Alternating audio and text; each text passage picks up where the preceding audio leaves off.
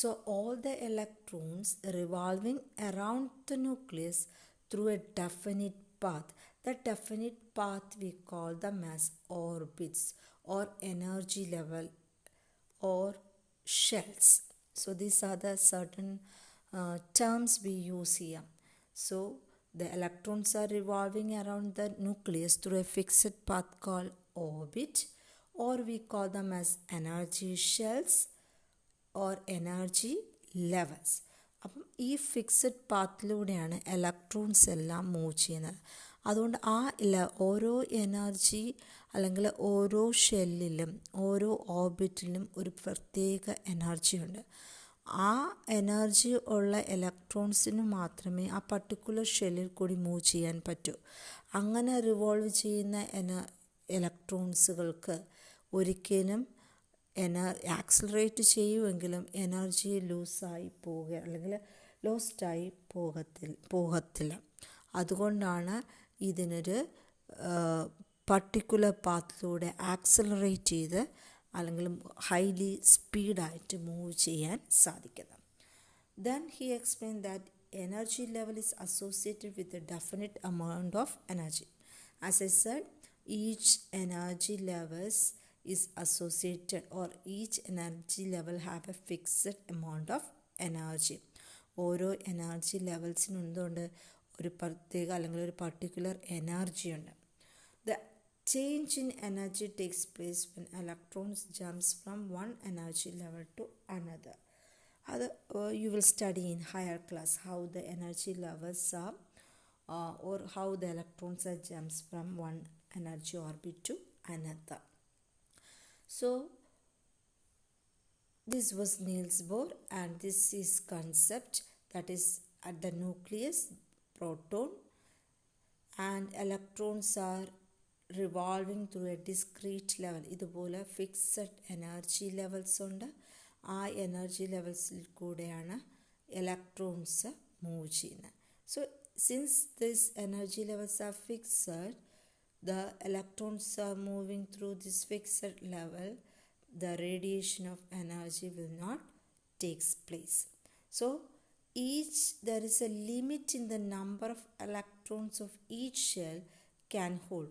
ഓരോ എനർജി ലെവൽസിലും ഒരു particular number of electrons മാത്രമേ മൂവ് ചെയ്യൂ.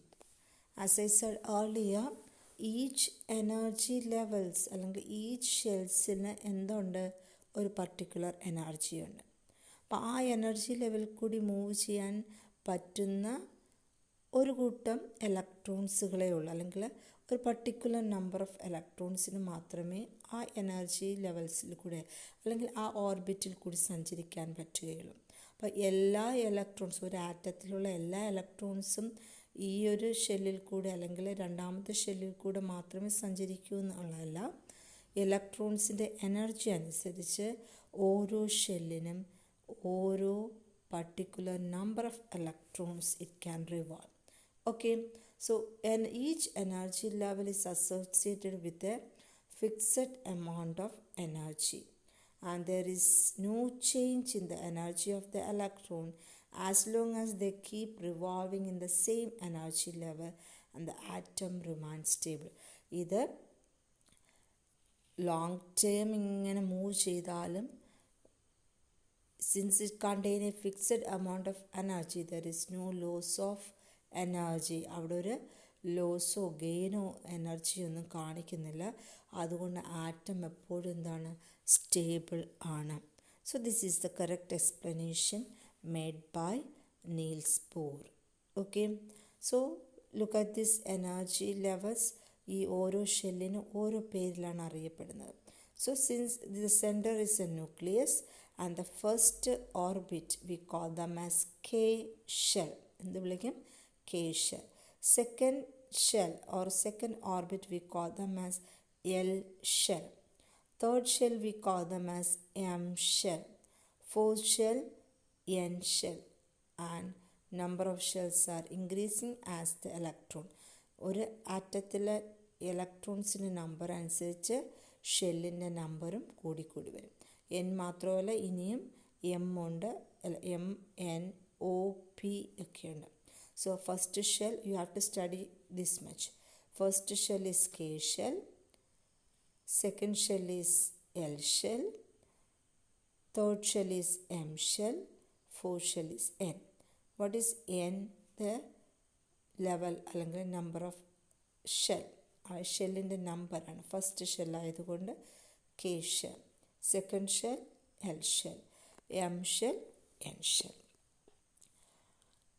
Here the electrons are arranged in a particular way.